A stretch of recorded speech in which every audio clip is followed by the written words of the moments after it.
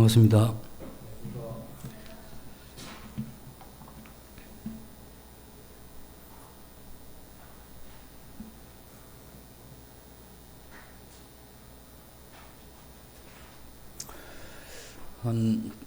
한 달 정도 전에 제가 이 말씀을 전하는 내용이 우리의 이러한 이 과거, 지나온 이러한 과거를 우리가 어떻게 해석해야 할 것이냐에 따라서 우리가 현재를 준비를 할 수가 있죠. 그래서 우리의 이러한 마음의 지난날에 좋았던 이런 것들 때문에 우리 마음이 힘들거나 어려워지지는 않습니다. 그러나 우리의 마음에 또 우리의 생각에 우리의 뜻에 맞지 않는 어떤 이러한 일들 때문에 우리가 힘들어하죠. 그래서 우리가 그럴 때 꼭 생각해야 되는 게 뭐냐면 우리 성도들은 마땅히 생각할 그 이상의 생각을 하게 되는 순간에 문제가 됩니다. 그래서 우리가 이 3주 이상을 용서와 또 거기 갖게 된 이러한 감정에 대해서 이렇게 말씀을 나누었습니다. 하나님은 우리에게 미워하거나 육신에서 나오는 분노나 어두운 이러한 감정을 우리에게 허용하거나 그러한 부분에 대해서 가능하다고 이렇게 말씀하신 적이 없다는 겁니다. 그건 우리가 이미 선을 넘었기 때문에 이 선을 넘는 순간에 우리는 우리 자신의 이러한 마음에 문제가 생기는 이건 어쩔 수가 없는 겁니다. 그래서 이제 그러한 부분들 때문에 우리의 이러한 어둡고 부정적인 이러한 이 감정들은 그게 아무리 논리적이고 들어봐도 합당하고 이유가 된다 할지라도 우리가 하나님 앞에 그건 불가능합니다. 왜냐하면 하나님께서 우리를 절대적으로 세웠기 때문에 우리는 하나님의 이러한 말씀 앞에 우리 자신의 이러한 마음을 그 말씀의 기준에 따라서 움직여가는 것 외에 하나님께서 우리에게 다른 길을 허용하신 적이 없다 하는 겁니다. 그러면서 이제 그런 이 과거를 우리가 이제 정리를 하고 나면 그러면 오늘이라고 하는 지금부터 우리 미래는 어떻게 살아갈 것인가 했을 때 그 미래를 살아가는 이러한 이 기준이나 방향이나 방법 이런 부분들이 우리 자신이 그걸 결정하고 진행하게 되면 이게 맞을 수도 있고 틀릴 수도 있기 때문에 불안하게 되죠. 그러면 이 성경에서 우리에게 제시한 대로 우리 자신이 그렇게 가는 것 외에 안전한 길이 없습니다. 지금 우리가 이렇게 모여서 이 신앙을 하면서 우리 여기서 힘을 내어서 주님을 의지하고 이렇게 살아가는 이 시작이 우리가 세월이 지난 이후에 교회가 크게 부흥되었을 때 이 시작하는 이 시점에 우리가 가졌던 이 신앙이 우리 이러한 교회의 DNA가 되는 것과 같이 지금 우리는 굉장히 중요한 그러한 시점에 있다고 하는 겁니다. 그럼 우리가 그 중요한 시점에 어떻게 할 거냐? 그건 우리의 미래에 대해서 우리는 굉장히 좀 비관적인 생각을 할 수가 있습니다. 모든 면에서. 그러나 이러한 모든 면에 대한 비관적인 생각에 대한 이 대안은 하나님의 말씀이다 하는 겁니다. 그래서 하나님의 이러한 말씀이 우리의 미래에 대한 모든 해답이다. 이렇게 생각을 해야 되죠. 앞으로 이 교회가 그리고 우리 가정이 나 개인이 앞으로 어떻게 될 건가 하는 이런 부분들은 우리의 이러한 상상에 달려있지 않습니다. 그것은 하나님의 이러한 말씀에 달려있기 때문에 우리가 개인이나 가정이나 이 교회가 하나님의 이러한 말씀을 붙잡고 가면 그 결과는 하나님께서 이루어 가시겠지만 그러나 그러한 과정 가운데 그리고 그 결과에 대해서 우리는 매우 행복할 수 있다 하는 이게 성경이 우리에게 주어진 가르침이죠.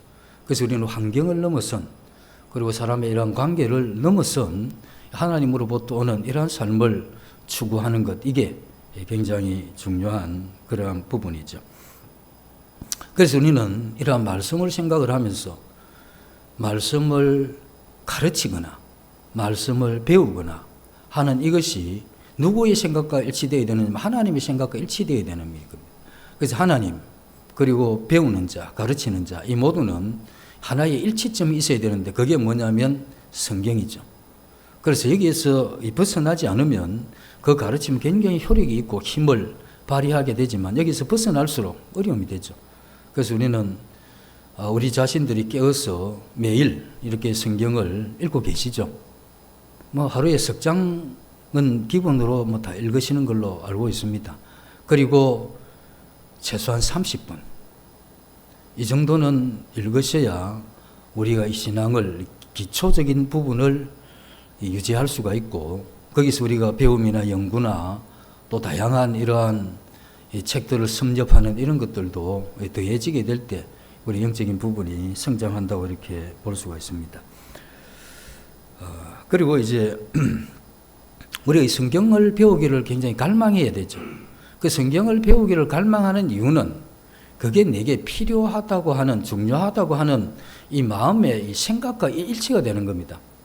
그러니까 뭔가 이렇게 중요한 게 있으면 우리는 그걸 향해서 굉장히 집중하고 모든 것을 그것에 맞추고 가게 되죠. 그런데 하나님의 말씀이 내 생애에 제일 중요한 것까지는 그만 가지고는 안 되고, 하나님의 이런 말씀이 나의 모든 것이 되는, 그게 필요하죠. 그래서 말씀이 모든 것이 되어야 되는 거지, 이건 1이고 그럼 2가 있는데 1은 51이고 2는 49다 이러면 이게 안 되는 겁니다. 하나님의 말씀이 전부가 되는, 왜 그게 이제 전부가 되느냐 하면, 우리가 그렇게 전부가 되는 사람들은 하나님이라는 말씀을 경험한 사람입니다. 우리는 이 성경을 읽고 우리는 성경을 통해서 이 믿음이 생기죠. 그리스도를 알게 되면서 믿음이 생기는데, 그 믿음이라는 게 뭐냐면 인간을 알게 되고 하나님을 알게 되면 인간이 하나님의 이러한 은혜 없이는 안 된다 하는 이걸 보게 되는데, 그건 우리가 다 알고 있는 이야기인데, 그러나 그 깊이나 느낌이 굉장히 다릅니다. 하나님을 의지해야 된다는 거, 여기 뭐 누가 그거 아니다고 이야기할 사람이 어디 있습니까? 그러나 그것에 대한 이 깊이는 줄을 세울 수 있을 정도입니다. 똑같이 말을 하고 똑같이 신앙생활을 하는데 그것을 간절히 구하는 건, 이건 뭐 차이가 그냥 하늘과 땅 정도의 차이도 날 수가 있다는 거죠. 그래서 그렇게 신앙을 하나님을 갈망하게 되면 그때 이제 어떤 일이 일어나느냐 하면, 하나님 은혜를 베푸셔서 우리 마음에 예수 그리스도를 경험하는, 신앙을 경험하는, 그리고 구원 속으로 우리를 뚫고 들어가는, 그래서 구원이라고 하는 것이 이르는 게 아니고 뚫고 들어간다 하는, 이건 이제 맛보는 거죠. 사과도 먹는데 겉만 이렇게 계속 100번을 핥아도 한 번 핥은 사람이 100번 핥은 사람이랑 모르게는 똑같습니다. 그건 한 번 빡 깨물어 버리면 거기서 그 사과의 특유한 어떤 그러한 이 접이 나면서 이렇게 싹 스며들면 침이 함께 이렇게 넘어가면서 이 맛을 딱 알게 되는 거죠. 이와 마찬가지로 하나님은 이 구하는 자의 하나님이시기 때문에 그와 같은 경험을 해주게 하죠. 그게 이제 제일 하나님이 우리에게 은혜를 베푸셨던 적이 언제냐면 처음 구원받을 때, 그때 하나님이 이 부분에 굉장히 특별히 역사하십니다. 그래서 그때는 뭐 성경도 별로 아는 게 없는데 우리 마음에 어떤 생각이 드느냐 하면, 이게 이렇게 가볍고 복음을 전할 마음도 생기고 성경도 읽고 싶고 또 이런 마음에 평안도 있고, 진짜 그 성경 지식이 많지도 않는데 그러한 특별한 은혜를 우리에게 주시죠. 그런데 하나님은 그것을 통해서 계속해서 그것을 이어져 가도록 우리에게 기대하시는 것이죠. 그런데 이제 이런 것을 하기 위해서 우리가 해야 될 게 뭐냐면 우리의 결단이 필요합니다. 그냥 그렇다 하더라 이래가지고 안 되고, 내가 오늘부로 해서 하루에 성경 석 장 그리고 30분 이상을 꼭 읽겠다. 그리고 하나님 앞에 구하는 겁니다. 도와달라고. 내가 그런 시간 확보할 수 있도록, 또 읽을 때 깨달음을 달라고, 내가 이거 목숨과 같이 지킬 수 있도록 도와주십시오. 이게 굉장히 필요하죠. 그래서 그 결단을 하지 않으면 어느 때는 좀 좋았다가 시간이 지나면 또 이렇게 흩어져 버려요, 마음이. 그래서 우리 석유매교회 성도님들이 이때까지 해오셨지만 오늘부터 더더욱이 이 석장 30분 이렇게 해가시면 우리의 이러한 신앙의 기초는 잡히게 될 것이고 계속해서 이 성장이 가능하다고 이렇게 믿어집니다. 이 교회 외에는 하나님의 이러한 진리가 위탁된 곳이 없습니다. 그래서 이 교회는 하나님의 이러한 이 진리가 위탁된 곳이기 때문에 우리는 교회를 통해서 하나님, 그분을 알아갈 수 있는 그게 우리에게 필요하죠. 오늘도 디모데후서 3장입니다.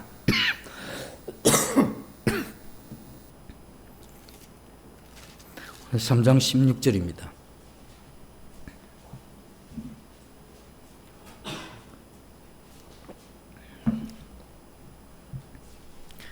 모든 성경은 하나님의 감동으로 된 것으로 교훈과 책망과 바르게 함과 이로 교육하기에 유익하니. 여기에서 오늘 특별히 모든 성경은 하나님의 감동으로 된 것이다 하는 이 부분에 대해서 좀 집중해서 이렇게 한번 생각을 해보겠습니다. 이 성경이 왜 이렇게 놀라운 능력이 있느냐? 참 어려운 철학책도 있고 우리 정신세계를 굉장히 혼란스럽게 할 만한 많은 철학책들이 있지만 그런 것보다 하나님의 이러한 말씀은 그런 책들과 완전히 다릅니다. 그래서 우리가 이 신앙을 안 떠나는 이유가 그 책이나 이 책이나 읽었는데 우리의 지적인 이런 부분에 약간 이해만 되고 이 정도 같으면 굳이 성경만 합니까? 세상에 넓고 길도 많은데 다른 길도 한번 가보시면 되잖아요. 평생을 왜 이 한 길만 갑니까?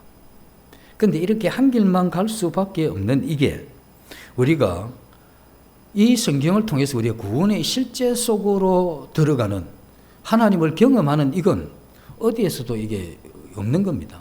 왜 수많은 기독교가 선교자를 냈느냐? 그냥 이게 머리에 이해가지고는 다 떠납니다. 초기 주님의 이 12사도들 가룟유다는 일찍이 떠났지만 나머지 11사도도 주님이 죽음 앞에 거의 다 떠납니다. 왜? 그 알았던 머리에 이해가지고는 선교의 길을 못 가죠. 그러나 그들이 구원의 실제 속으로 예수 그리스도를 경험하고 난 이후에 대부분의 이러한 이 제자들이 다 선교하죠.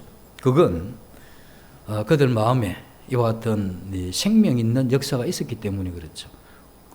그런데 왜 그 생명 있는 역사가 가능했느냐?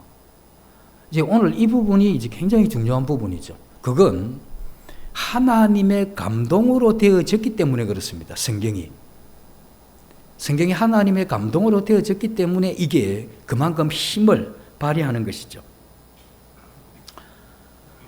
그래서 우리가 늘 기대해야 되는 건 뭐냐면 하나님의 말씀에 관계되었을 때 우리 영적인 이러한 일들을 기대해야 되는 겁니다. 주일날 이렇게 오셨잖아요. 집에 그냥 파자마 입고 누워서 좀 늦잠 주무시고 기지개 펴고 일어나서 가볍게 나가서 바람이나 쐬고 맛있는 거 드시면 우리 몸이 얼마나 좋습니까? 그런데 일찍이 와가지고 예배 드린다고 우리 마음을 끙끙 앓듯이 돌아보고 또 회개하고 감사하고 막 이런 거 정리하는 가운데 내 마음이 그렇지 않는 걸 보면서 이걸 다시 바로잡는 이런 일들이 뭐 그렇게 좋습니까? 그런데 우리가 그렇게 하는 이것이 우리가 무엇인지 알고 그게 우리 인생에 무엇을 이야기하는지 알기 때문에 그걸 추구하죠. 그래서 주일날 이렇게 왔다가 잡다한 이야기나 듣고 뉴스거리나 이렇게 다시 한번 상기하고 이런 형태로 이렇게 돌아가는 이건 불행입니다. 그래서 우리는 우리 자신이 말씀에 결핍된 생활을 하는 이유는 본인 때문에 그렇습니다. 우리는 지금 이 시대에는 성경이 없어서 못 읽는 시대도 아니고 메시지가 없어서 못 듣는 시대도 아닙니다. 넘쳐납니다.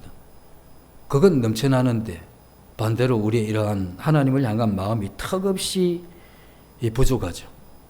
그래서 왜 이 성경에 대해서 우리가 기대해야 되느냐? 기대한다는 건 그게 뭔가 있어야 기대를 하는 거잖아요. 그게 이제 하나님의 말씀이 감동이 돼서 그렇다, 하나님의 감동으로. 근데 이게 쓰여진 이 감동이라고 한 단어가 어떤 단어냐면 이런 겁니다. 하나님이 어떻게 하셨느냐 하면 이 기록되어져 가는 이 성경에 기록되어져 가는 이 편지에 하나님이 그 기록되어질 그때에 하나님의 이런 생명을 불어넣었다는 겁니다. 이 단어가 어디에 써졌느냐 하면 창세기 2장 7절에 보면 하나님이 흙으로 사람을 만드시고 하나님이 그 흙 속에서 티끌로 사람을 빚었죠. 그리고 두 콧구멍에 하나님이 이런 이 숨을 생명을 불어넣으시니 사람이 됐다고 이야기를 합니다. 그 불어넣으시는 그게 감동으로 됐다. 이건 의역이고 이 직역은 생명을 불어넣었다 이게 되는 겁니다. 그래서 하나님은 이 사도들이 또 선지자들이 글을 쓸 때 그때 하나님이 그 글에 뭘 부르느냐 하면 하나님 생명을 부르는 겁니다. 그래서 우리는 뭐라고 합니다. 하나님의 말씀은 살아있어. 운동력이 있고 혼과 영과 골수와 생각들을 찔러 쪼개기까지 한다 하는 이건 그 말씀이 살아있다는 겁니다. 그래서 이 말씀이 살아있기 때문에 우리가 그걸 경험하는 거지 우리의 어떤 그 생각이 그걸 자꾸 그렇게 뭘 만들어 가지고 그걸 경험하는 게 아닙니다. 이 생명력이 말씀을 통해서 우리에게 역사하도록 하나님이 이 성경의 말씀에 그 생명을 불어넣었다는 겁니다. 그래서 하나님은 땅으로부터 취한 이 티끌, 이 사람이죠. 그러니까 사람은 티끌입니다. 그건 하나님이 그 코에 생명을 넣을 때 가치가 있는 사람이 된 거죠. 그래서 하나님이 지금도 우리가 하나님의 이러한 살아있는 생명의 말씀이 우리에게 안 들어오면 티끌에 불과한 겁니다. 우리 주고 티끌밖에 더 되겠습니까? 그러나 티끌 같은 우리가 우리의 욕심과 우리의 이러한 뜻을 따라 이렇게 가봤자입니다. 우리 앞선 사람들이 다 가고 나서 마지막에 했던 말이 헛되고 헛되다 이 말 말고는 허무하다, 뭐 절망스럽다, 좌절스럽다 뭐 이런 거 말고 우리에게 뭔 그렇게 뾰족한 이야기를 했습니까? 그래서 우리 구원받은 이러한 성도들이 하나님이 생명을 불어넣은 이 말씀을 통해서 우리가 힘을 얻고 거기에서 그 맛을 알게 되면 사는 게 달라지죠. 이 바뀌라고 해서 바뀌는 게 아닙니다. 그래서 지금부터 우리가 이 성경에 창념하고 그 살아있는 말씀이 내 영혼에 깨닫게 해달라고 우리는 그렇게 생각을 합니다. 어떤 책을 보면 뭐 나를 내려놓고 나는 아니요 이런 걸 할 때 나는 이제 아무것도 안 합니다. 그래서 내 안에 주님이 하십시오. 버티고 있으면 주님 아무것도 안 하십니다. 그때는 어떤 말씀은 기도 그만하고 해라 이 생각이 들 정도로 아무것도 안 하세요. 어떻게 해야 되느냐 하면 우리의 이러한 마음이 주님의 하나님의 그 마음이 되는 이건 우리가 끊임없이 추구해야 되는 겁니다. 그 마음이 될 때 아니 섬김이 기쁨으로 되고 주님의 마음으로 되면 무슨 섬김이 힘듭니까? 이런 게 없는데 섬기자 하니까 막 버거운 겁니다. 자 전도합시다 이러면 부담이 크죠. 무슨 또 전에는 뭐 좀 그렇더만 지금 또 왜 변했냐. 뭐 전도하려니까 앞이 캄캄한 겁니다. 뭐 가까운 사람도 없고 공들인 사람도 없고 뭐 좀 하려고 한 사람도 영 아닌 것 같고 뭐 차포 다 빼버리고 나니까 뭐 달랑 남아 있는 겁니다. 그럼 뭐 저 이래서 안 되고 저래서 안 되고 다 뭐 지옥 가기 딱 적합한 사람들이고 뭐 이렇게 다 잘라버리고 이렇게 있는데 전도합시다 이러면 얼마나 힘듭니까? 그런데 이 살아있는 말씀이 우리 영혼과 연합해서 영혼을 사랑하는 마음이 하나님 위해서 이렇게 주어지면 달라져요. 포기할 사람이 아무도 없습니다. 하나님이 아무도 안 포기했는데 모든 사람이 다 구원받기를 원하셨는데 우리가 왜 앞서서 그걸 포기하냐? 우리의 마음이 주님의 마음이 아니니까 포기 다 해버리는 겁니다. 섬기는 거 힘드시죠? 왜 힘드신지 압니까? 섬기는 또 얼마나 또 섬기셨습니까 우리가? 우리 또 싸웠다. 우리가 뭐 피 흘리기까지 뭘 싸웠습니까? 저도 마찬가지입니다. 제 자신을 대해서 그런 생각을 하죠. 뭘 그렇게 해서 주님 앞에 내놓을 게 아무것도 없습니다. 단지 우리가 후회스럽고 우리가 뭔가 안타까운 건 내가 이 하나님의 말씀에 의해서 그리스도의 이러한 마음을 가지지 못했던 이런 게 안타까운 거죠. 그 마음을 가졌더라면 주님이 보이셨던 이러한 나를 통해서 주님이 행하시기에 적합했을 텐데 내 마음이 서 있고 내 마음이 벗어나 있고 내 마음이 딱딱하니 하나님이 그렇게 말씀하셔도 그 생명의 말씀이 힘을 못 받은 거죠. 그래서 지금 우리가 뭘 해야 되느냐 하면 말씀에 집중해야 됩니다. 뭘 하려고 하는 이건 말씀에 이런 변화가 될 때 그때 하려고 하는 그걸 따라 그렇게 해가면 하면서 기쁨이 되고 하면서 주님을 깨닫게 되죠. 그 주님이 나를 섬기는 자 그에게 나를 나타내겠다고 하는 거죠. 왜냐 주님의 마음을 가지고 이렇게 섬겨보면 이 주님이 이런 마음을 가지고 그리고 이 섬김에 대한 이 가치가 이런 거구나. 그러면서 우리 마음에 동행하시는 주님을 느끼게 해주셨겠다고 했죠. 그런데 우리 마음 가운데 그런 게 없이 하게 되면 좀 짜증나죠. 나는 좀 하는데 안 하는 사람들만 보이고 왜 저렇게 정신 못 차리나.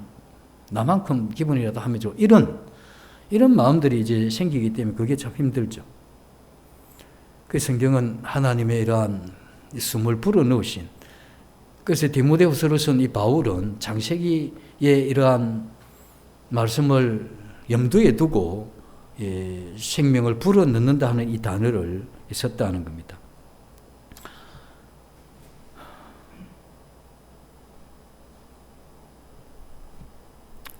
사람은 완벽하게 지어졌지만 흙덩이에 불과하죠. 그 코에 생명이 부어졌던 것과 마찬가지로 이 성경도 편지나 문학에 불과한 겁니다. 그러나 하나님이 생명을 불어넣으시면 다르잖아요. 이 사람의 창조와 이 성경의 창조는 똑같은 맥락을 이루고 있습니다. 그래서 살아있는 영혼은 살아있는 이러한 말씀을 취하지 않고서는 생명력 있는 정말 하나님이 원하셨던 그 삶을 한 번도 못 살 수 있어요. 처음에는 구원받고 나서는 그게 뭔지 모르고 그렇게 살았는데 그 첫사랑 그리워하다가 인생 종치는 거죠. 그런데 하나님은 이걸 우리의 이러한 생애에 끝까지 그렇게 할 수 있도록 하나님이 해놓은 것이죠. 그래서 이 진리를 믿고 이와 같은 것을 경험한 모든 사람들의 경험 속에는 하나님의 말씀이 가슴 깊이 이렇게 와닿았는데 그걸 두고 뭐라고 표현했느냐면 정말 하나님의 말씀이 살아있다라고 이야기를 합니다. 그 말씀이 정말 살아서 나를 붙들었다. 그래서 이 말씀이라고 하는 기둥 때문에 내가 그 말씀이 나를 붙들었기 때문에 흘러 떠내려가지 않는 이걸 자신이 아는 겁니다. 왜냐하면 이건 내가 버틸 수 있는 한계를 넘어선 그거다는 걸 우리가 알죠. 그런데 그 말씀이 나를 붙잡고 있기 때문에 내가 이렇게 여기까지 온 것이구나 하는 이걸 정확하게, 그래서 이 강력한 하나님의 체험은 하나님의 성품의 체험을 이야기하는 겁니다.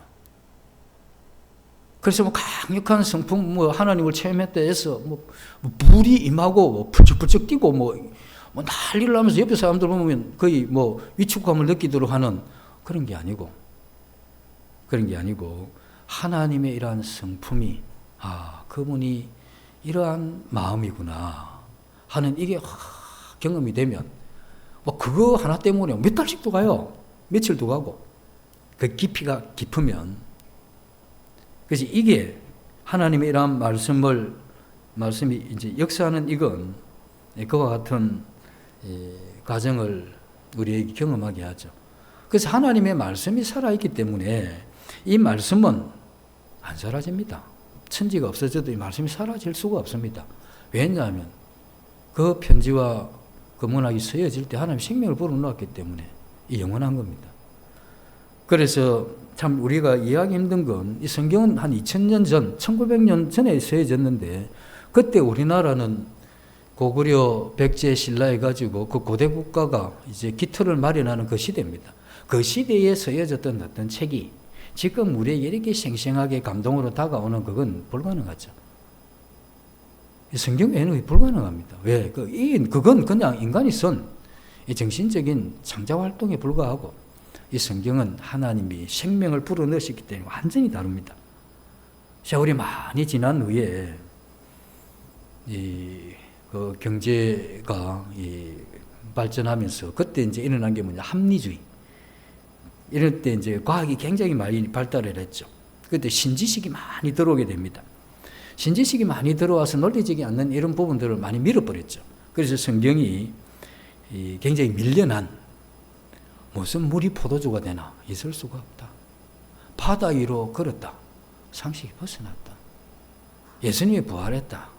그건 해보는 이야기. 이런 식으로 되니까 성경에 하는 게 도덕적인 이거 말고는 할 이야기가 없죠. 이러한 시대에 이제 볼테르라는 사람이 뭐라고 했냐면 18세기 프랑스 사람인데 이제 계몽 사상가 중에 한 사람인데 이 사람이 100년 후에 이 성경 이거 사라지고 고서가 된다. 근데 100년 후에 그 볼테르의 집이 이 성경을 보급하는 그러한 이 성벽 공예소가 된 거죠. 이런 건 뭘 이야기하느냐 하면 우리가 그 성경을 보면서 우리가 이렇게 판단한다고 해서 되는 게 이건 하나님의 이 생명이기 때문에 우리가 움직일 수 있는 그 선을 넘어선 겁니다. 그래서 이러한 이 말씀이 인간의 이러한 사상을 뒤집고 이 시대를 초월하는 그런 강력한 이러한 영향이 있는 건 바로 이 말씀이 살아있기 때문에 그렇습니다. 사도 바울이 그 디모데후서 2장에서 그렇게 이야기를 하죠. 내가 착고에 차이고 내 몸은 이렇게 이 감옥에 들어가게 되지만 그래서 나는 죄인같이 매이나 하나님의 말씀은 매이지 않는다 이렇게 이야기를 하죠. 왜냐하면 하나님의 말씀 살아있기 때문에 이걸 잠깐은 그것을 뒤로하게 하고 가볍게 이렇게 만들어갈 수 있지만 그 자체를 완전히 엎어버리고 그걸 없앨 수 있는 이건 거의 불가능합니다. 우리나라 처음 왔던 선교사의 토마스 선교사가 선교할 때 그가 가지고 있던 한문 성경 그 유품으로 그 한문 성경을 던져버렸는데 이 사람 이제 이 성경책을 한국 사람이 그걸 이제 지고 자기 집에 가가지고 보니까 종이도 좋고 해가 그때만 해도 종이가 귀하니까 그걸 이제 백지로 싹 발른 겁니다. 한문 성경을. 근데 이분이 한문을 좀 알았는지 돌아서가 다 보면 하나님이 세상을 이처럼 사랑하사 독생자를 주셨으니 어떤 고자신만 딱 가면 거기 앞에 보이는 겁니다. 이래서 구원받았다는 전설이 있습니다. 사실인지 모르겠는데. 근데 초대교회는 이런 일이 허다했죠. 도저히 이건, 왜냐하면 생명을 담보로 한 이러한 믿음인데 힘들죠. 그냥 이런 거 뭔가 이렇게 특별한 것 없이. 그래서 다 낡아 빠진 성경이라 할지라도 그 안에는 하나님이 세상을 창조하신 정언이 들어있는 책이고 이것을 읽으면 하나님에 대한 믿음이 생겨나고 그 위대한 이 믿음이 실제 속으로 들어가서 경험하게 하는 그 지혜를 우리가 얻게 되기 때문에 이 하나님의 말씀이 누군가에게 들려졌을 때 그 누군가가 뭐냐면 진리를 알고 싶어하고 겸손해하고 그런 가운데 있는 이러한 사람들은 이 성경을 경험하게 된다 하는 겁니다. 우리가 오늘도 가난하고 절박한 마음으로 하나님 말씀 앞에 서게 되면 이 말씀이 살아서 우리 마음 가운데 역사합니다. 성경 문제가 없습니다. 그래서 하나님의 말씀은 아무리 세월이 많이 흘러도 이 불변하는 능력을 가지고 있죠. 그래서 하나님이 이와 같은 인간을 변화시키고 생명을 주는 유일한 방편으로 성경인데 하나님 이걸 이 세상 끝날까지 포기하지 않습니다. 우리가 포기해도 하나님은 포기를 안 하시죠. 그래서 하나님은 우리에게 귀를 기울이고 깨닫기를 원하는 이 모든 사람들에게 은혜를 베푸시죠. 사실 이게 이제 성경을 이렇게 알게 되면 역사가 바뀌는 겁니다. 우리 한 개인은 내가 예수 그리스도를 모를 때와 예수 그리스도의 복음을 듣고 그 생명이 들어왔을 때 이 역사가 완전히 바뀐 겁니다. 그 이전과 그 이후는 그야말로 돌아올 수 없는 이 다리를 걷는 것과 같은 그와 같은 겁니다. 그게 뭐냐면 이 시대에도 마찬가지입니다. 종교개혁이 일어날 때 그때 중세였죠. 그때 이 영적인 각성이 일어난 겁니다. 그때는 어떤 시대였느냐 하면 성경이 그 라틴어로 된 이 성경을 그 가톨릭 사전만 읽었습니다. 일반인들은 그것을 읽고 이해할 수 있는 이런 권한이 안 주어져 있었죠. 그래서 이 성경이 라틴어로만 이렇게 되어 있었는데 그 하나님께서는 이 성경을 모든 사람에게 읽히게 하기 위한 일을 시작을 했습니다. 그래서 그 중세시대 라틴어, 사실 성경이 히브리어와 헬라어잖아요. 구약은 히브리, 신약은 헬라어인데 라틴어는 어쨌든 번역된 거잖아요. 그런데 이 사제들이 이 번역을 못하게 한 겁니다. 그래서 사제들은 그 라틴어를 읽고 그것만 읽게 한 거죠. 그래서 자기들만 해석을 하고. 그런데 하나님이 이걸 모든 사람에게 읽히게 하기 위해서 해야 되는 게 뭡니까? 성경 번역이죠. 그 성경 번역이 이제 어떻게 그때 당시에 일어났던 게 뭐냐? 르네상스입니다. 르네상스가 일어날 때 고전에 대한 연구가 일어나게 되죠. 이 죽은 고어, 히브리어나 헬라어에 대한 이 공부를 하게 되고 그 문헌들을 읽기 시작을 하면서 그들이 성경을 읽기 시작을 한 거죠. 그들이 이제 성경을 읽으면서 그들이 깨우쳤던 게 뭐냐 하면 당시 가톨릭에서 이야기하는 내용과 성경에서 진짜 이야기하는 내용의 차이가 너무 많다. 그건 더 이상 좁힐 수 없는 간격을 가지고 있다. 그래서 이분들이 생각했던 게 뭐냐면 성경을 제대로 번역해서 사람들이 읽기만 한다면 초대교회의 그 신앙으로 돌아갈 수 있다는 이런 확신을 딱 가지게 되죠. 그러면서 그 종교개혁자들이 이 일을 시작을 하게 되는데, 뭐 루터와의 칼빈이 대표적인 그런 인물들 중에 한 분들이시죠. 근데 이분들이 첫 출발지가 어디냐면 성경입니다. 그들이 성경을 읽으면서 그 성경 자체에 대한 이 커다란 체험을 하게 되는데, 이야기했듯이 성경을 통해서 그리스도를 발견하고 신앙을 가지게 되고 그 구원 속으로 들어가면서 그걸 체험하게 되니까, 이걸 체험하게 되면 이건 죽음도 그 사람이 가는 길을 못 막습니다. 왜냐하면 그건 그 생명이 우리를 붙잡아 버리면 우리가 가는 이 길을 아무도 못 막습니다. 그러니까 이 중세 시대에 이러한 종교 교육자들이 이제 그런 마음을 가졌죠. 이게 뭐냐면 오늘날도 마찬가지입니다. 그 신앙을 따라 계속 가는 사람은 어떤 것도 못 맡게 되는데, 그 사람이 했던 것은 이 중세 시대에 그 종교 교육자들이 가졌던 것, 초대교회 제자들이 가졌던 것 똑같은 겁니다. 말씀을 통해서 예수 그리스도의 신앙을 체험한 거죠. 그리고 그 체험의 세계 속에 계속 간 겁니다. 이건 사람의 질이 완전히 달라져 버렸죠. 그래서 이제 이 사람들이 이제 그 칼빈이 이제 이걸 깨닫고 나서 처음으로 적었던 이 책이 기독교 강요인데, 이 책이 지난 1000년 동안 그 사람에게 영향을 주었던 10권의 책 중에 하나입니다.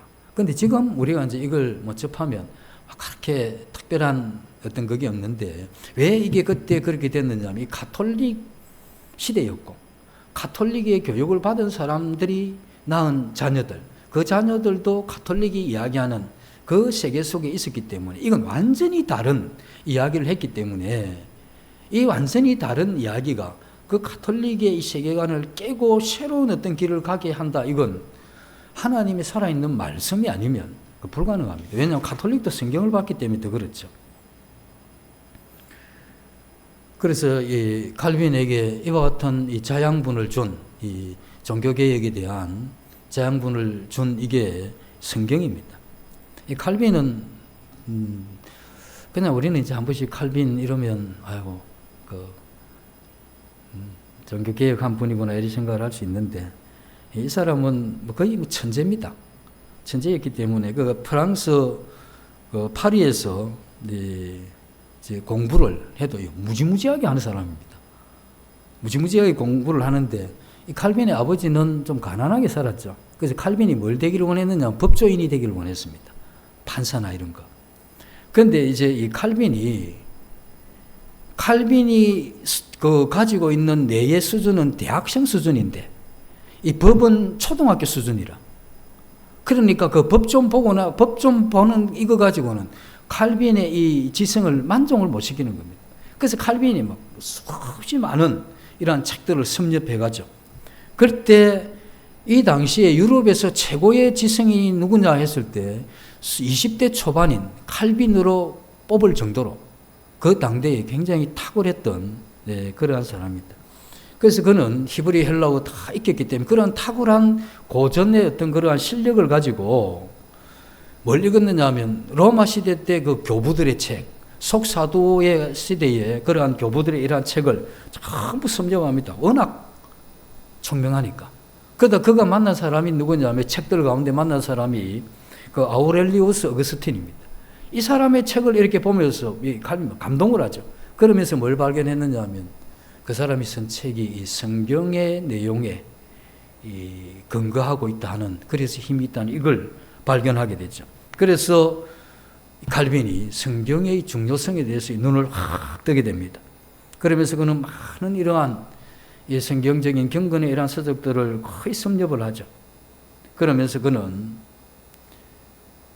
그 당시의 가톨릭이 신앙의 이러한 본류나 그 격가지에서 많이 벗어난 이걸 확실하게 발견하게 됩니다. 그래서 그가 제일 먼저 가톨릭에 던졌던 질문이 뭐냐면 무엇이 성경인가? 다시 말해서 가톨릭이 주장했던 그게 성경이냐 이 이야기죠. 무엇이 성경이냐? 그 당시 이제 가톨릭이 분명하지 않는 선을 가지고 있었습니다. 그때 이제 당시에 신약은 27권, 구약은 39권에서 이제 66권으로 이렇게 됐고, 외경이 있었는데 외경은 이 성경에 들어오지를 못했죠. 그것은 그러면 어떻게 되냐? 일반 문학에 속한 겁니다. 외경은. 이제 일반 이 종교개혁자들이나 그때 당시에 이 신학자들이 많이 이렇게 이 연구하고 또 끊임없는 이 토론 가운데 이 외경은 정경 속에 들어올 수 없다 하는 이건 그들이 확실히 결론을 내린 겁니다. 근데 이제 외경을 인정하는 것과 인정하지 않는 이건 차이가 굉장히 크죠. 왜냐하면 외경을 인정하게 되면 외경도 제2의 성경이라고 만약 이렇게 인정하게 되면 우리는 성경을 해석할 때 뭘 가지고 오느냐 하면 성경 속에 있는 원리를 가지고 옵니다. 원리를 가지고 와요. 이 원리를 가지고 우리는 성경을 해석하게 되죠. 이단들이 거의 다 성경 가지고 하죠. 자신의 이 교리를 나름대로 성경 가지고 다 정립을 합니다. 그리고 성경을 굉장히 이상하게 해석해서 그걸 가지고 있죠. 뭐 통일교나 이런 쪽에도 그들 나름대로 뭔가 이런 그들이 가지고 있는 이 원리를 강론한 이런 것들을 가지고 있는데 그 뭐 성경을 굉장히 해괴망측하게 해석을 해버리는 겁니다. 그래서 이 해석이 뭐와 관계된 성경과 관계되어 있는데 성경이 외경도 성경의 제2의 경전이라고 하는 가톨릭과 외경은 그냥 일반 문학 작품에 불과하다고 하는 이 개신교가 건널 수 없는 이제 선이 생기게 되죠.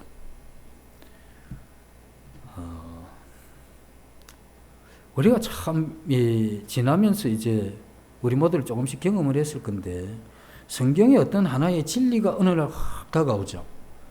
그러면 이 성경 전체를 그것을 가지고 전부 해석을 해봅니다. 그럼 뭔가 참 맞는 것 같아요. 맞지?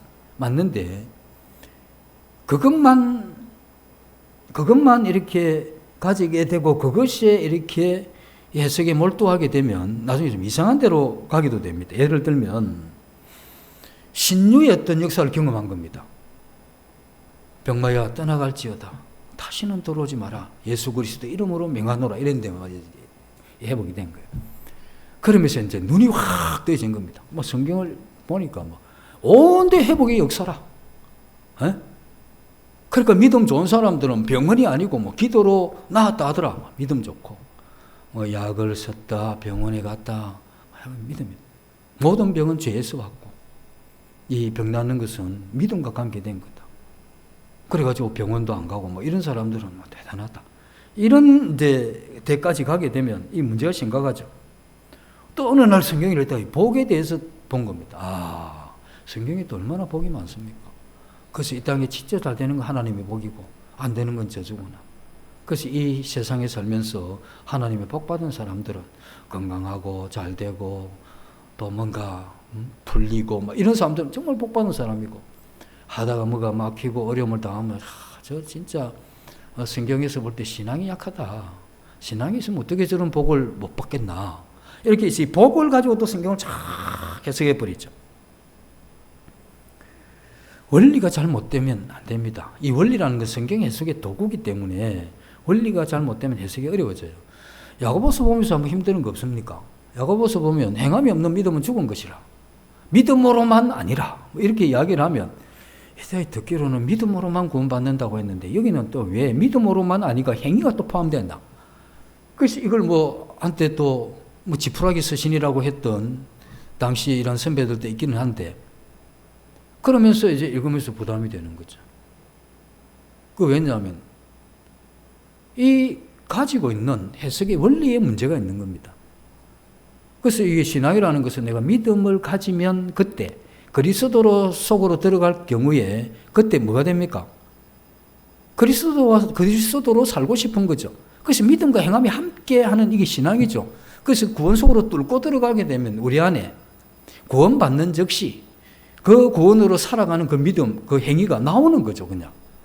그래서 그런 행위가 안 나왔다면 뭘 이야기하고 싶으면 네가 정말 구원받고 그 믿음 속으로, 구원 속으로 뚫고 들어간 신앙의 경험하는 참된 구원자냐, 이걸 묻는 거거든요.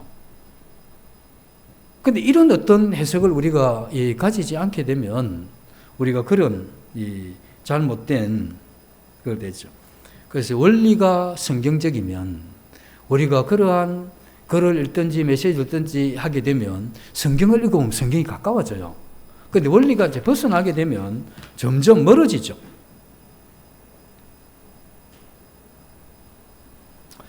그리고 우리는 이 성경을 읽을 때 성경적이지 않는 자기가 가지고 있는 원리를 집어넣어 버리는 겁니다. 그렇게 되면 이 성경이 진짜 어려워요. 왜냐하면 그 성경적인 원리가 아닌데 그걸 가지고 성경을 해석하려고 하니까 해석이 안 되고 어려워요. 어쨌든 무조건 어렵게 되어 있습니다. 그러니까 잘 해석 잘 해버리면 나중에 뭐 이상한 신앙을 하게 되죠. 그래서 뭐 굉장히 힘있고 잘하는 것 같은데 가만히 들어보면 문제가 있죠. 그럼 그래서 그 전부 더 깊이 들어가 보면 이 성경 해석의 이런 원리에 성경적이지 않는 이런 게 들어간 겁니다. 가톨릭이 왜 문제입니까? 연옥설. 중간 정도 갔다가 그래서 사후에 다시 찬스가 있다. 아래에서 군불 잘 떼주면 위로 튈 수 있다. 뭐 이런 거. 마리아는 무죄하다. 뭐 이런 거. 그거 다 어디서 나오는 겁니까? 외경에서 나온 거거든. 가톨릭이 처음에는 선이 분명하지 않았어요. 외경이 선이 분명하지 않았기 때문에 이러한 이 성경을 이렇게 가지고 살아가는데 이 외경을 언제 자기들이 제2의 경전으로 넣어버리냐면 이 개신교 이쪽에 이 성경 하는 분들이 이 성경은 구약 27권과 신약 구약 39권과 신약 27권에다 이 결론을 딱 내리게 되니까 그때 가톨릭이 취한 게 뭐냐면 자기들은 외경을 제2의 성전으로 넣어버린 겁니다. 그게 넣게 되니까 이 개신교와 가톨릭은 함께 할 수 없는 겁니다. 길이 달라요. 왜냐하면 원리가 다르기 때문에 해석이 다릅니다. 그래서 뭐 다 똑같죠, 성경. 근데 외경이 들어가 버리게 되면 외경이 붙었다는 게 문제가 아니고 해석을 할 때 외경에 있는 이 원리들을 뽑아서 해석을 하니까 안 맞죠. 우리 연옥설 받아들일 수 있습니까? 그거 받아들이면 자녀들을 잘 키워가지고 군불대기 하면 되죠. 많이 기도하고 선행해서 이 애비 중간에 있는데 잘 좀 위로 한번 올려보내봐라. 그런 거 없다 이 말입니다. 그래서 그들은 이 성경을만 정통으로 받는 게 아니고 그들의 전통을 더 이렇게 붙잡아 버렸기 때문에 그들과 이 가톨릭과 이 개신교는 더 이상 함께 할 수 없는 그런 상태가 되어버린 것이죠. 이 신앙은 이 역사 속에서 이러한 하나님을 향해서 돌아오게 하는 복원시키는 이와 같은 도구로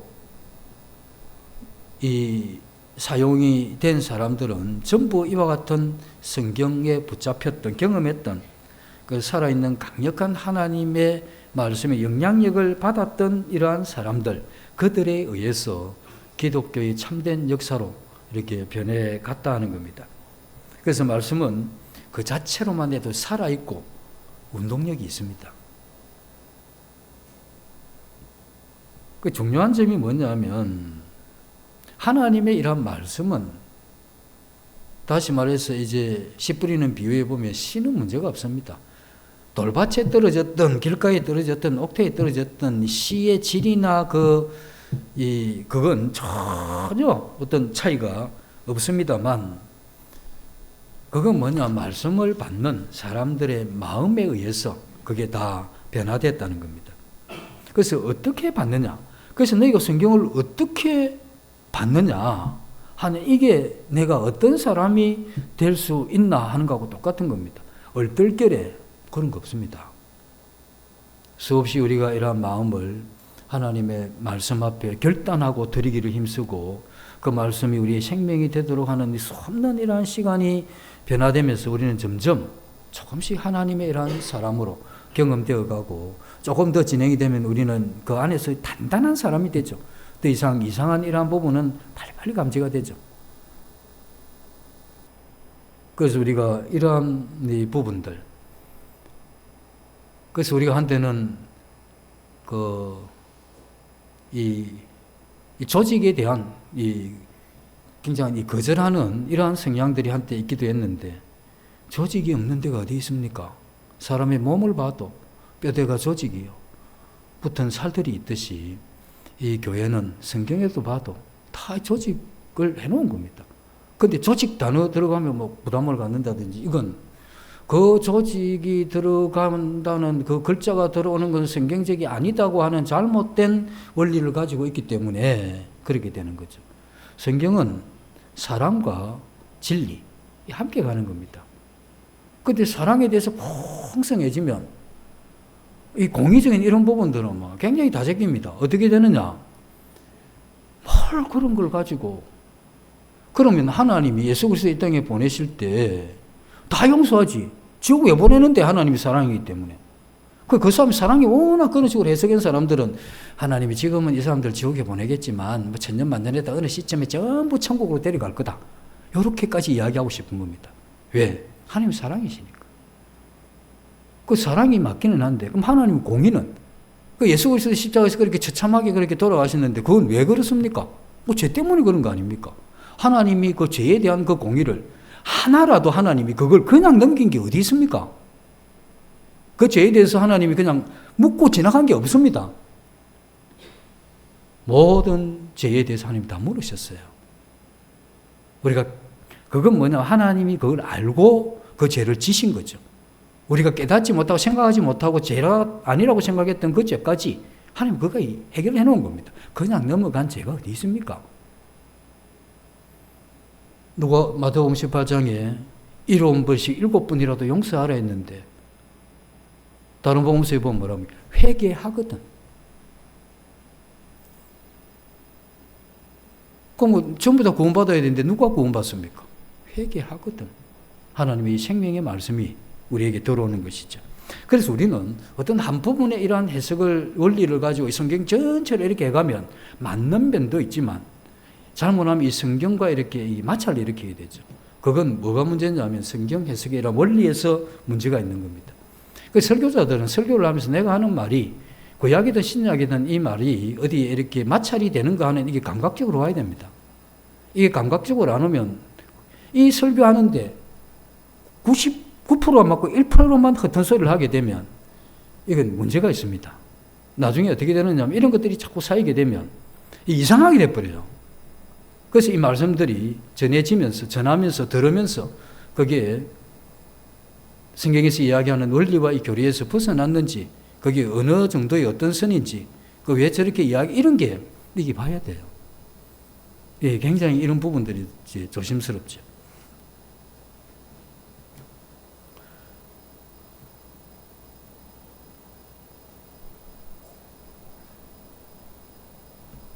그래서 우리가 성경을 경험하지 못하는 두 가지 이유가 있는데 하나는 가르치는 사람의 문제가 있을 수 있어요. 가르치는 사람이 이러한 원리에 따라 성경을 제대로 가르쳐야 되죠. 또 하나는 본인의 마음입니다. 이 마음이 이 성경이 이야기하는 그러한 적합한 마음을 가지느냐. 그래서 우리가 성경을 읽을 때 잡생각하면서 읽는다든지 메시지를 들을 때 뭐 흘러내 보낸다든지 또 우리 어떤 이 신앙적인 문제가 있는데 이걸 성경에서 찾으려고 하지 않는 이런 것 전부 문제가 됩니다. 특별히 우리가 그리스도인이 살아가면서 모든 문제를 그 답을 어디에서 찾아야 됩니까? 성경에서. 무조건 일단 결론을 내놓고 시작을 해야 됩니다. 그런데 우리는 어떻게 하면 문제가 일어나면 머리가 빨리 안 돕니까? 회전이 갑자기 빨라지죠. 어느 게 이게 덕이냐 손해냐 이렇게 하면 내 미래는 어떻게 되느냐 이러면 앞으로 저렇게 되면 나한테 도움이 되냐 안 되냐 막 이런 쪽에만 머리가 너무 빨리 돌아버린 거예요. 그래서 100% 영적인 어떤 길을 못 갑니다. 왜냐하면 하나님이 미련한 것이 인간의 지혜보다 뛰어나다고 말씀을 했는데 그래서 우리의 문제는 내가 이 성경 속에서 내 인생에 길을 찾고 그 힘으로 살아가야 되겠다고 하는 분명한 이런 결단 이게 굉장히 중요합니다. 성화는 본인의 결단 없이는 하나님 은혜 안 베푸기 때문에 그 결단이 굉장히 중요하죠. 그 다음에 그것을 하지 못하게 하는 나의 나약함 있잖아요. 성경을 읽기로 해놓고 한 며칠 읽다가 한 달씩 쉰다든지 뭐 어떤 때는 그런 마음을 좀 가졌다가 뭐 그런 게 한참 없어졌다든지 이렇게 되면 가끔 좋아졌는데 안 좋은 게 더 길어져 버린 거죠. 이렇게 되었을 경우에 안 되죠. 우리는 항상 하나님 앞에 나는 흙에서 만들어진 티끌에 불과하고 하나님이 영혼을 주셔서 내가 이러한 마음을 가진 것이고 지금 내가 이 사는 것도 하나님의 이러한 은혜의 말씀이 내 안에서 생명으로 역사하지 않으면 티끌같이 왔다가 허망하게 끝나는 게 내 인생이구나. 내가 먹고 살고 내 미래를 내가 계획하고 진행한다 할지라도 그게 바람 잡는 건데 그것보다 내가 어떠한 상황에 어떻게 처하든 그 말씀이 내게 힘이 된다고 하면 어려운 상황은 내게 큰 교훈을 줄 것이요 또 하나님께서 내게 평탄케 했다면 그걸 통해서 하나님의 영광이 더 커질 것이고 내게 어떤 문제가 일어나든 그건 나에게 다 유익한 길이다. 내가 하나 잃고 싶지 않는 건 하나님을 붙잡고 가는 동행하는 그 삶 말고는 내가 그렇게 이 세상에 살면서 애착을 가지면서 그렇게 꼭 붙잡아야 될 만한 그런 게 없다 하는 이러한 마음, 그리고 이것을 주기 위해서 십자가에서 달리셨던 예수 그리스도의 그 고난, 그 희생, 이런 걸 이렇게 생각하는 이와 같은 겸손한 이 자세, 이러한 사람들에게 하나님이 반드시 은혜를 베푸신 것이죠. 그래서 옛날 이 시인들은 하나님의 말씀이 꿀과 같이 달다 그런 말씀도 하고, 히브리 사람들은 이 성경을 그렇게 큰 애착을 가지면서 그렇게 했죠. 디모데가 어릴 때부터 성경을 알았다 하지만 성경을 어릴 때부터 안 사람이 디모데뿐이겠습니까? 또 우리는 어떻습니까? 우리도 구원받은 이후에 우리의 성경을 아는 사람들이죠. 그런데 우리에게 그 은혜가 부족한 겁니다. 그 신앙의 감격과 그 경험이 부족하기 때문에, 그 은혜가 부족하기 때문에 문제인데, 그 은혜가 넘치면 어떻게 되겠습니까? 은혜가 넘치게 되면 우리가 어디로 돌아가고 싶겠습니까? 성경으로 돌아가고 싶습니다. 성경을 읽으면 또 은혜가 또 넘치죠. 그러면 또 성경으로 돌아가고 싶습니다. 그런 가운데 우리의 삶이 나오는 겁니다. 이 삶은 나오는 거죠. 그래서 우리의 마음은 딱 집중되어 있는 것이 그 말씀을 통한 이 은혜에 우리 마음이 딱 집중되고 붙잡힌데, 이걸 평생을 유지하는 이게 신앙인으로서는 굉장히 중요한 그런 부분이 되죠. 요약을 하게 되면 하나님의 말씀은 그것이 이렇게 기록되어질 그때에 하나님이 생명을 부르는 겁니다. 사람의 창조와 말씀의 창조는 그렇게 유비가 되는 것입니다. 그런데 그 말씀이 우리 안에, 말씀이 생명으로 역사되지 않는 이유는 해석의 문제입니다. 하나님 말씀이 깨닫고 올바르고 정직한 그러한 해석의 원리를 가진 해석이 되어야 되고, 또 하나는 우리 마음의 문제입니다. 이단에 빠진 사람들이, 그 사람들이 마음이 굉장히 좋을 수 있어요. 뭐가 문제였습니까? 성경 해석의 문제인 거예요. 그래서 우리가 살아가는 데서 제일 중요한 게 올바른 깨달음입니다. 이 깨달음 없이면 마음대로 가고 자기는 영적이라고 하는데 옆에서 보면 가히 불안하죠. 그래서 우리가 진짜 중요한 건 말씀에 창념하고 집중하는 이유는 이 올바른 해석이 없으면 올바른 길을 못 가잖아요. 잘못된 데다가 그 속도 내버리면 뭐 이상하게 멀리 가버리잖아요. 그래서 우리가 정직한 해석, 그리고 마음의 문제, 이 두 가지를 가져야 돼요. 하나님의 이러한 말씀이 능력이 있고 살아있는데도 불구하고 우리 마음속에 그 운동력이, 생명이 역사하지 않는 건 우리 마음이 착하지 못하기 때문에 그렇습니다. 준비되지 못한 마음, 착한 마음이 아닙니다. 착한 마음이 뭡니까? 아버지가 애한테 야 이렇게 해라 이러면 착한 마음은 알겠습니다 하고 착하게 움직이는 게 착한 마음이잖아요. 이렇게 시키려고 하는데 볼 일 있습니다 말도 하기 전에 뭐 이야기하는데 다른 생각을 하고 뭐 이야기했죠 라든지, 이야기는 알아들었는데 내 생각하고 다릅니다. 그 못된 마음이지. 우리에게 필요한 건 착한 마음입니다. 그 못된 마음이 뭡니까? 성경 읽기 싫고 경건의 서적 다 싫고 영적인 이야기 다 싫은 거. 그게 뭐냐? 못된 마음이죠. 그래서 우리가 가져야 될 확신이 뭐냐면, 하나님의 말씀은 그 말씀이 기록될 때 하나님이 생명을 불어넣은 말씀이기 때문에 그 말씀이 내 안에 생명으로 와닿는 이건 이미 많은 우리 믿음의 선배들이 경험했던 바고 그것이 그를 이끌어간 겁니다. 이건 허드슨 테일러의 이런 책을 보면 어떻습니까? 그게 그 책을 보면서 그 삶을 했다 이것보다 그 사람을 이끌어간 게 말씀이죠. 근데 그 말씀이 그에게 생명으로 와닿은 겁니다. 그러니까 그 길을 가는 겁니다. 그게 굉장히 놀라운 그러한 부분이 되는 것이죠. 하나님의 말씀이 역사하면 우리 마음이 바뀝니다. 다르게 이야기하면 우리의 이러한 마음이 하나님 앞에 준비되면 하나님 말씀이 보입니다. 여기 함께 가게 되는 거죠. 그래서 주님의 말씀을 잘 받아들이려고 하는 착한 마음, 그런 마음으로 성경을 접하면 반드시 변화됩니다. 하나님은 영적인 이러한 체험을 몇 사람 소수에게 주려고 한 게 아닙니다. 모든 사람이 구원받기를 원했고 구원받은 모든 사람이 이러한 영적인 신앙의 경험을 해가기를 원했던 분이 우리 주님입니다. 그래서 우리가 오늘부터 해서 해오셨지만 하루에 석 장의 성경을 읽고 30분, 그게 삼삼이죠. 그 신앙을 우리 삼삼하게 해가야 안 되겠습니까? 석 장 30분. 이걸 우리 평생에 그렇게 가되 착한 마음으로. 그래서 우리가 이것을 하게 되면 좋습니다. 그거 하게 되면 확실합니다, 이거.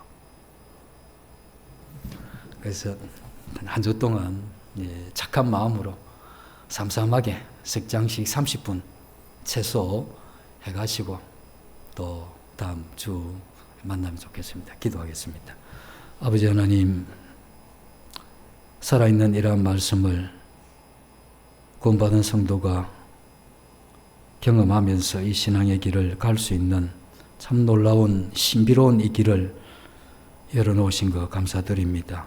이 은혜 속으로 들어가고 그 은혜가 경험될 수 있도록 저희들이 착한 마음을 가질 수 있도록 주께서 간절히 도와주시기를 간절히 바랍니다. 이 모든 예수님 이름으로 기도드립니다. 아멘.